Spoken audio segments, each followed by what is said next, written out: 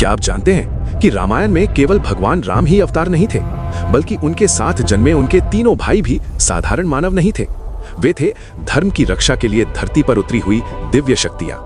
त्रेता युग में अयोध्या के महाराज दशरथ के यहाँ जिन 4 पुत्रों का जन्म हुआ, वे केवल राजकुमार नहीं थे, वे थे अधर्म के विनाश और धर्म की स्थापना के लिए अवतरित हुए दिव्य अस्त्र। श्री राम स्वयं भगवान विष्णु के पूर्ण अवतार थे। उन्होंने मानव रूप में रहकर धर्म, मर्यादा और कर्तव्य को जीवन का सर्वोच्च नियम बना दिया।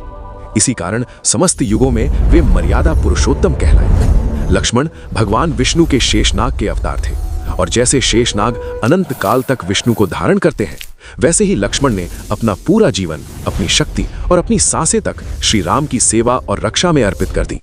भरत भगवान विष्णु के शंख पांचजन्य के अवतार थे। उन्होंने त्याग की ऐसी ज्वाला जलाई जिसने सत्ता, वैभव और राज सिंहासन तक को तुच्छ बना दिया। उन्होंने स्वयं राजा बनने के स्थान पर राम की खड़ाओं को सिंहासन पर बैठाया और नंदीग्राम से राज्य चलाया। शत्रुघ्न भगवान विष्णु के सुदर्शन चक्र के अवतार थे।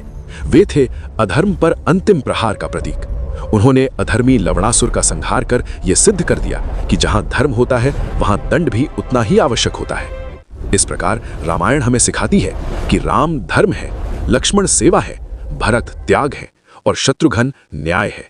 और जब ये चारों एक साथ खड़े होते हैं तो कोई भी अधर्म टिक नहीं सकता। इसलिए रामायण केवल एक कथा नहीं, बल्कि मानव जीवन के लिए एक अमर विधान है।